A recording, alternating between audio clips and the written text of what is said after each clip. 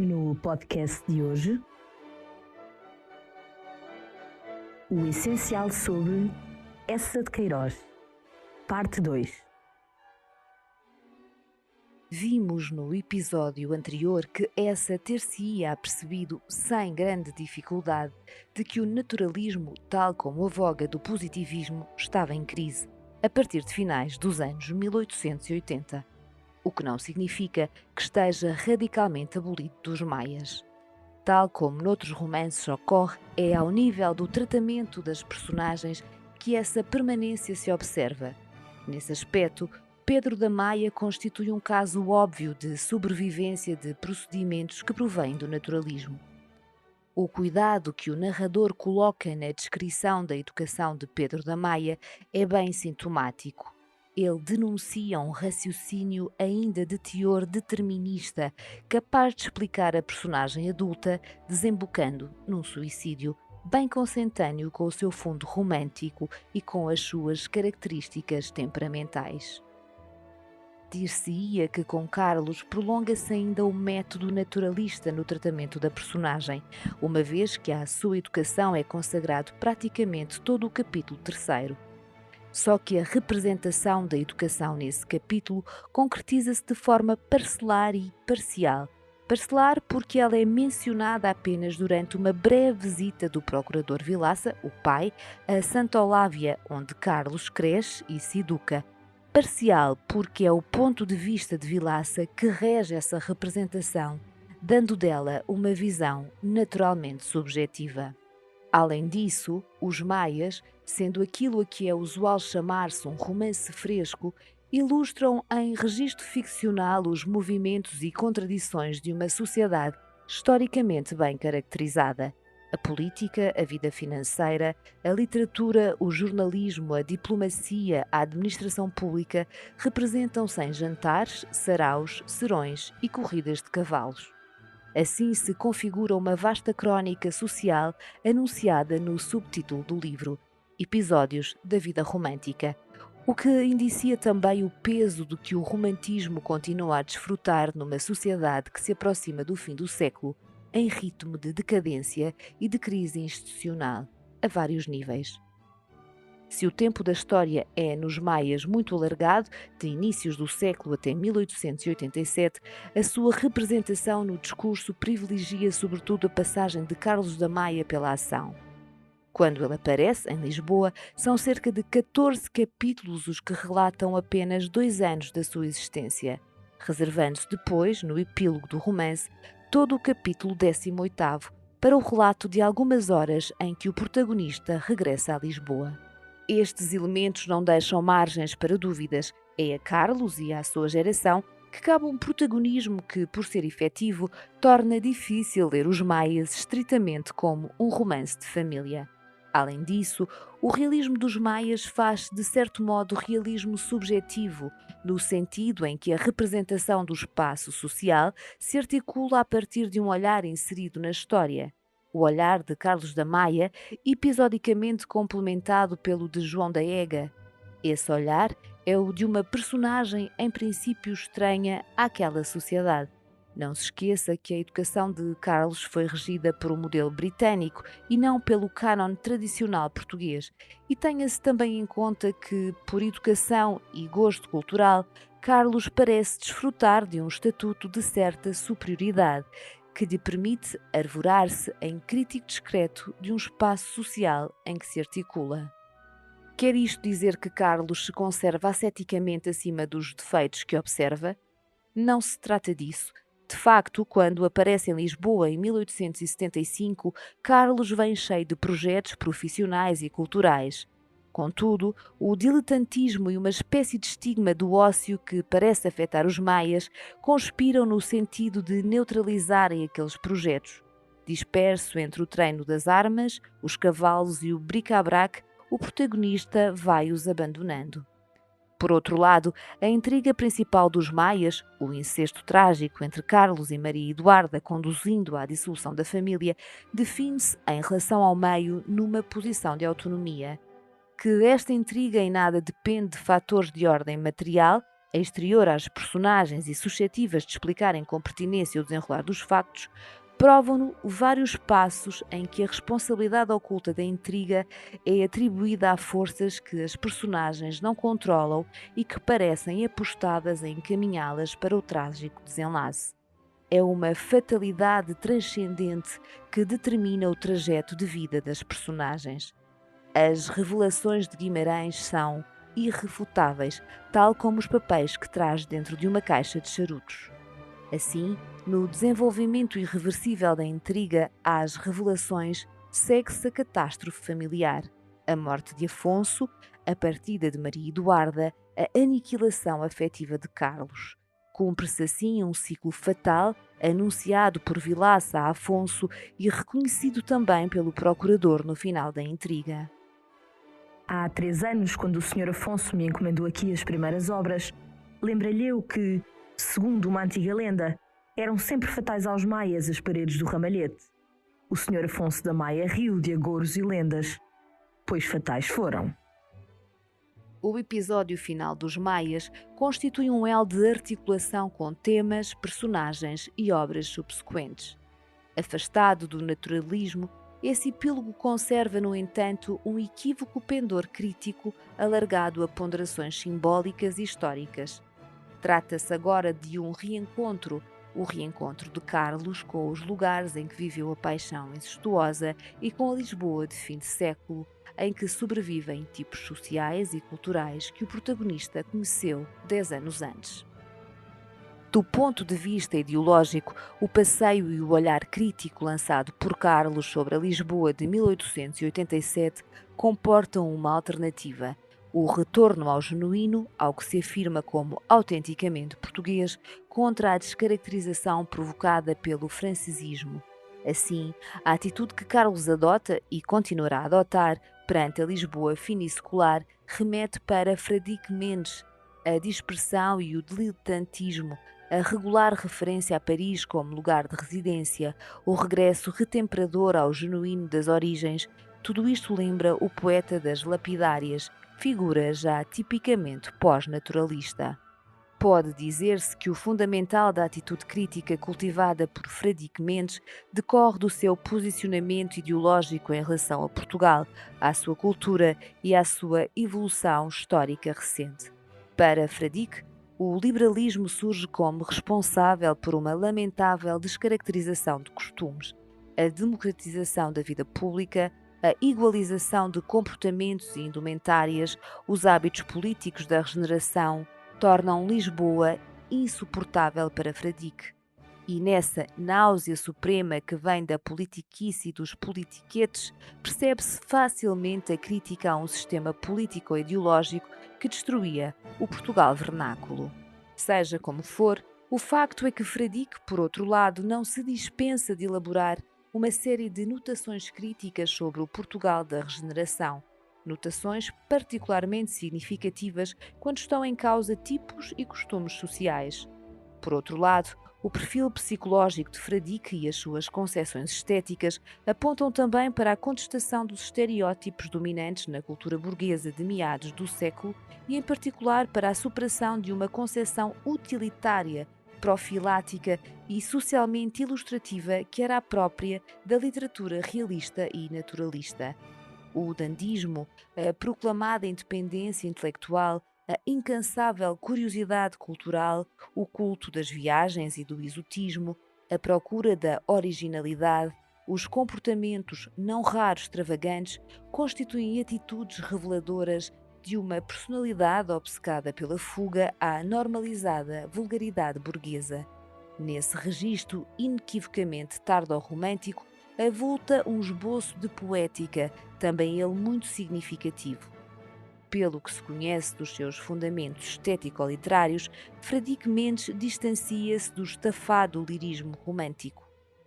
Ideologicamente distante do naturalismo, orientado para um esteticismo tipicamente finissecular, Fradique Mendes, e por meio dele essa de Queiroz, abre o caminho para uma modernidade emergente.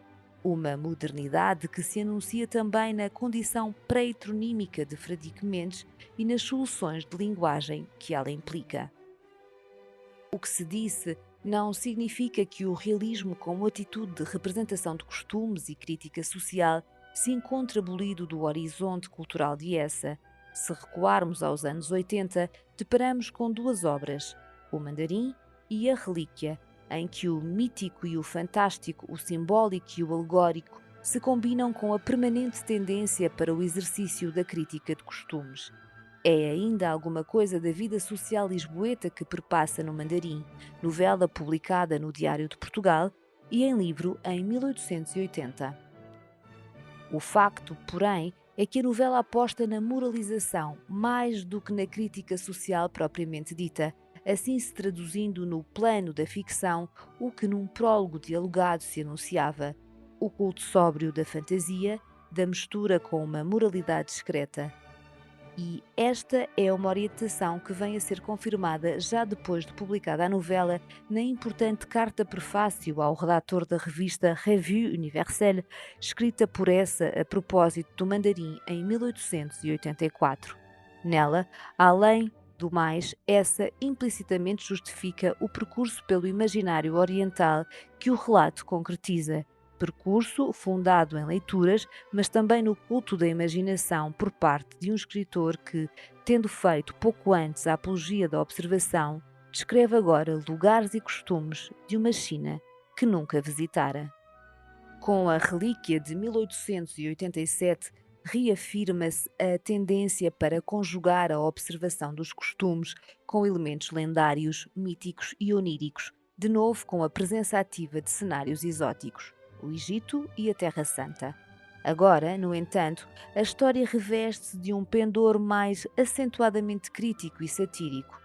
Teodorico Raposo orienta a sua vida de potencial herdeiro da severa e fanática Dona Patrocínio das Neves sob o signo da duplicidade, alternando missas e devoções com boémia e aventuras amorosas.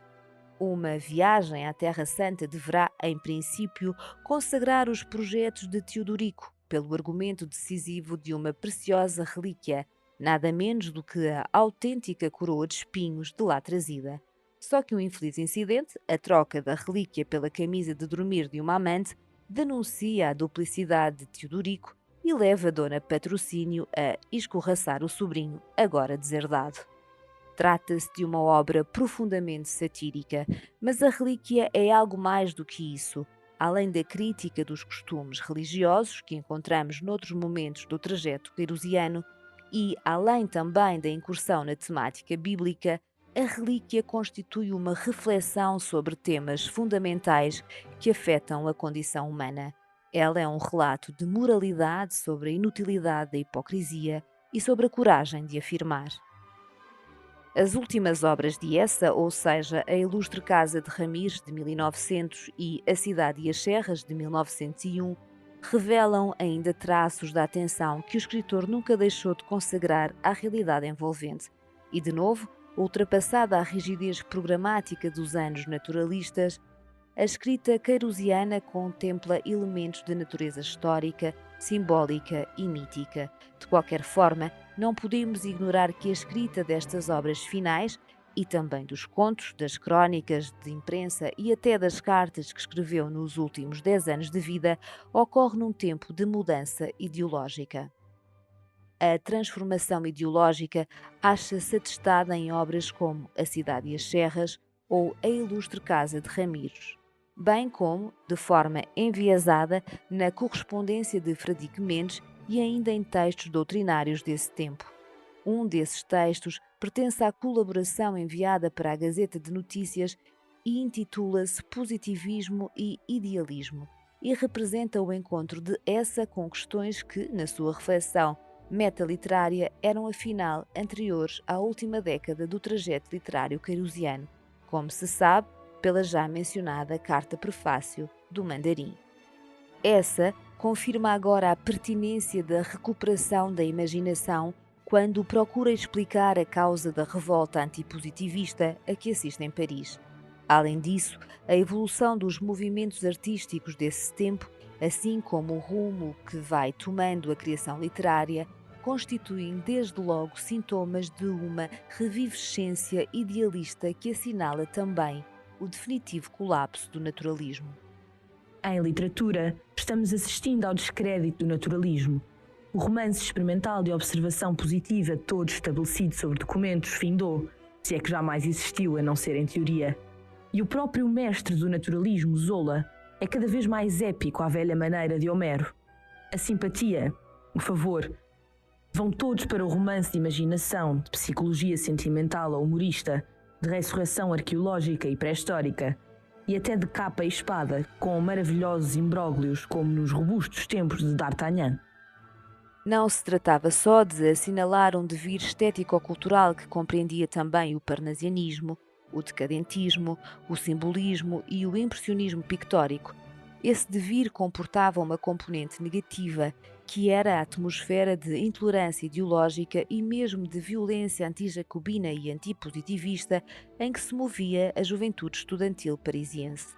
Mas, por outro lado, e permitindo um juízo de inegável sedução e apreço, isso a que essa chamava de nevoeiro místico, que em França e em Inglaterra está lentamente envolvendo a literatura e a arte, favorecia o renascer de uma bondade neocristã e a afirmação de uma espécie de socialismo cristão, a que não era estranha uma certa simpatia pela mensagem franciscana. São Francisco de Assis, São Cristóvão, Santo Onofre e São Frei Gil ocupam agora a imaginação de um Essa consagrado à geografia. Através dela e nas lendas de santos que esboçou e que foram postumamente publicadas nas últimas páginas, o escritor deixa transparecer o seu fascínio por temas e por um imaginário relacionados com os valores da solidariedade, da bondade e da abnegação de inspiração cristã. No romance A Ilustre Casa de Ramires, pode observar-se uma reelaboração e aprofundamento do realismo crítico em conjugação com os elementos há pouco mencionados. Do que agora se trata é de representar temas relacionados com uma questão melindrosa, assim vivida desde os anos de afirmação da geração de 70. A relação do intelectual com o seu passado histórico, ou, noutros termos, a dialética entre tradição e renovação. Convém aqui recordar que a reflexão crítica levada a cabo pela geração de 70 pretendia ser uma forma dinâmica de revitalização da consciência cultural, cívica e histórica do país. Não raro esse labor deparou com reações exaltadas, reações de que é um exemplo paradigmático a controvérsia de Essa com Pinheiro Chagas a propósito da problemática do patriotismo. Ao mesmo tempo, a oposição de escritores como Essa, Oliveira Martins e Guerra Junqueiro ao ultrarromantismo sentimentalista incidia com frequência no artificialismo e no empolamento com que os poetas da segunda geração romântica assumiam uma atitude de nostálgica evocação do nosso passado histórico. Privilegiando uma temática de índole histórica, a Ilustre Casa de Ramires tende a superar uma visão estática e nostálgica do passado nacional. No momento em que estavam ainda bem vivas as sequelas do ultimato inglês e patente a nossa debilidade histórica em fins do século XIX, o romance parte da história e do passado para tentar construir uma mensagem de revitalização dos legítimos herdeiros desse passado. Para isso, Essa concebe não uma história, mas duas, que habilmente se articulam ao longo do romance. A da vida monótona de um genuíno fidalgo português, Gonçalo Mendes Ramires, cujas origens familiares remontam aos primórdios da nacionalidade, e a do episódio histórico relatado por Gonçalo na novela A Torre de Dom Ramires. Episódios em que se destaca a personalidade do antepassado Truquetezindo Ramires, exemplo de fidelidade a princípios de lealdade e honra senhorial. Aquilo que dinamiza a evocação do passado medieval é a possibilidade de se estabelecer um diálogo entre esse passado e o presente. E nesse diálogo avulta o contraste entre os comportamentos de Truquetezindo e os de Gonçalo. O que naquele era força física e anímica, sentido de dignidade familiar e independência de atitudes, é em Gonçalo debilidade, estreito interesse pessoal e dependência em relação ao poder político e económico. No final, a história surge como dinamizadora de um presente que dela há de apreender uma mensagem de exemplar revitalização. A opção final de Gonçalo ao partir para a África remete no extratexto da história de Portugal fim de secular para a necessidade de superar a debilidade que afetava a nação. Desde o ultimato inglês, uma tal superação passava pela questão de África, pela regeneração do nosso poder colonial, símbolo, se mais não fosse, de empreendedorismos históricos que haviam de respeitar e prolongar. Hipotecar as propriedades da metrópole e conseguir em África, como o faz Gonçalo, proventos para restaurar propriedades escolares, parece ser uma orientação esboçada no capítulo final do romance. Orientação não destituída de ambiguidades, até por não ser propriamente comentada pelo narrador omnisciente, mas apenas discutida pelas personagens. Assim, a ilustre casa de Ramires, diferentemente da relativa clareza semântica dos romances naturalistas, fica disponível para as respostas interpretativas que o leitor lhe dará. Respostas que dependem também da aceitação de uma outra proposta interpretativa, a que é enunciada pela personagem João Gouveia ao sugerir que Gonçalo encerra em si as contradições do próprio Portugal. Também o romance A Cidade e as Serras é atravessado por ambiguidades suscitadas em primeira instância pela situação narrativa que encontramos. Zé Fernandes, assumindo um posicionamento de observador do protagonista, relata a existência de Jacinto em Paris, rodeada de todos os instrumentos que a civilização do fim do século oferece, mas existência progressivamente marcada por um tédio e por um desencanto que contradizem o progresso envolvente. Regressado a Portugal, mais propriamente ao Douro dos seus antepassados, Jacinto reencontra, entre perplexo e fascinado, uma paz e uma autenticidade aparentemente perdidas. Da Cidade e das Serras, tal como da ilustre casa de Ramires, dificilmente se dirá a ser um romance realista, na acessão mais genuína e exigente do termo, mas trata-se sem dúvida de uma obra que testemunha fundamentais preocupações emergentes em finais do século XIX, nos primórdios do modernismo. Preocupações esboçadas já em contos como Civilização e mais difusamente em A Perfeição. O tédio provocado por uma civilização aparentemente perfeita e completa começa a ser evidenciado quando Zé Fernandes penetra no 202 e contempla a existência abúlica do supercivilizado Jacinto. O regresso deste às Serras será o reencontro com uma espécie de origem perdida, com uma alegria de viver que Paris tinha atrofiado. Articulado em termos dialéticos, o romance não se resolve, no entanto, na linear apologia da pobreza campestre contra os luxos da cidade, porque nas Serras, Jacinto revolta-se contra a rudeza dos casebres em que viviam famílias miseráveis e procura atenuar essa miséria. Ao mesmo tempo, entreabre tormes à civilização, buscando um equilíbrio que é em síntese do processo dialético mencionado. É Zé Fernandes quem o testemunha para depois concluir.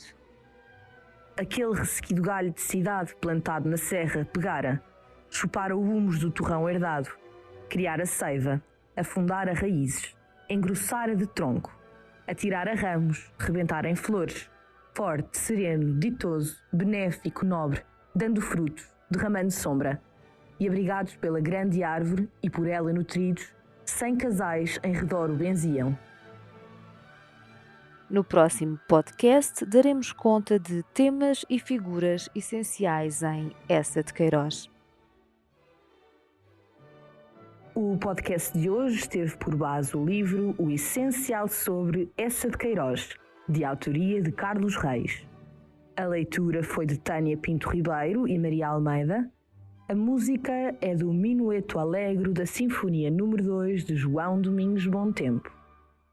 O Essencial sobre um programa da Imprensa Nacional.